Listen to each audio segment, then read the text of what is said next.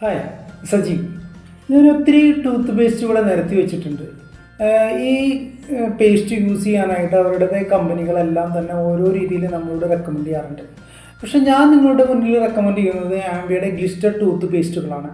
ഇത് ഗ്ലിസ്റ്ററിൻ്റെ normal tooth പേസ്റ്റാണ്. ഇത് herbal tooth പേസ്റ്റാണ് ഗ്ലിസ്റ്ററിൻ്റെ. ഇനി എന്തുകൊണ്ടാണ് ഞാനിത് റെക്കമെൻഡ് ചെയ്യണേ എന്ന് ചോദിച്ചു കഴിഞ്ഞിട്ടുണ്ടെങ്കിൽ നമുക്കതൊരു ഡെമോ കൂടെ മനസ്സിലാക്കാം. അതിന് വേണ്ടിയിട്ട് 2 എക്സ് ബ്രാൻഡ് നോർമൽ ടൂത്ത് പേസ്റ്റും എക്സ് ബ്രാൻഡ് ഹെർബൽ 2 ടൂത്ത് പേസ്റ്റും ഞാനിവിടെ എടുത്തിട്ടുണ്ട്. ഞാനത് ഇവിടെ കാണിക്കുകയാണ്.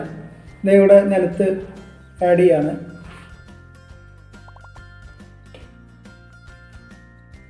അതേപോലെ തന്നെ എക്സ് ബ്രാൻഡ് തന്നെ നോർമൽ ടൂത്ത് പേസ്റ്റ് ഇവിടെ ആഡ് ചെയ്തിട്ടുണ്ട്. ഇനി ഹെർബലാണ് എടുക്കുന്നത്, എക്സ് ബ്രാൻഡ്.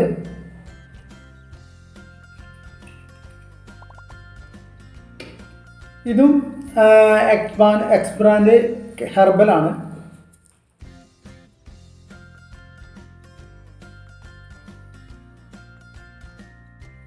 ഇനി ഗ്ലിസ്റ്ററിൻ്റെ ടൂത്ത് പേസ്റ്റ് നോർമൽ ടൂത്ത് പേസ്റ്റാണ് വരുന്നത് എടുത്തിട്ടുള്ളത്.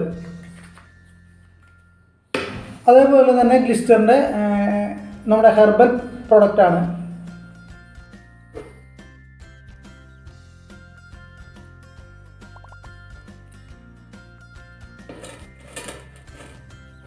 ഇനി ഇതിലേക്ക് ഞാൻ ആഡ് ചെയ്യാൻ പോകുന്നത് ഹൈഡ്രോക്ലോറിക് ആസിഡാണ്.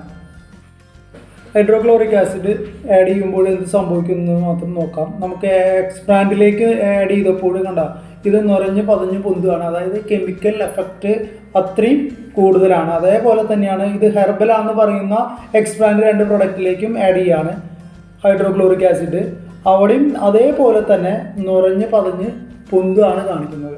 അതേസമയം നമ്മുടെ ഗ്ലിസ്റ്റർ 2 ടൂത്ത് പേസ്റ്റിലേക്ക് ഞാൻ ഹൈഡ്രോക്ലോറിക് ആസിഡ് ആഡ് ചെയ്യാണ്. എന്നാൽ ഇവിടെ അങ്ങനെ ഒരു കെമിക്കൽ എഫക്റ്റ് നടക്കുന്നില്ല എന്നുള്ളതാണ്. അപ്പോൾ നമ്മളെ പ്രൊട്ടക്റ്റ് ചെയ്യുന്ന ഈ പ്രൊഡക്റ്റ് യൂസ് ചെയ്യാനായിട്ട് ഞാൻ നിങ്ങളോട് റെക്കമെൻഡ് ചെയ്യാനുള്ള കാരണം എന്താണെന്ന് മനസ്സിലായി കാണുമെന്ന് വിശ്വസിക്കുന്നു. Thank you.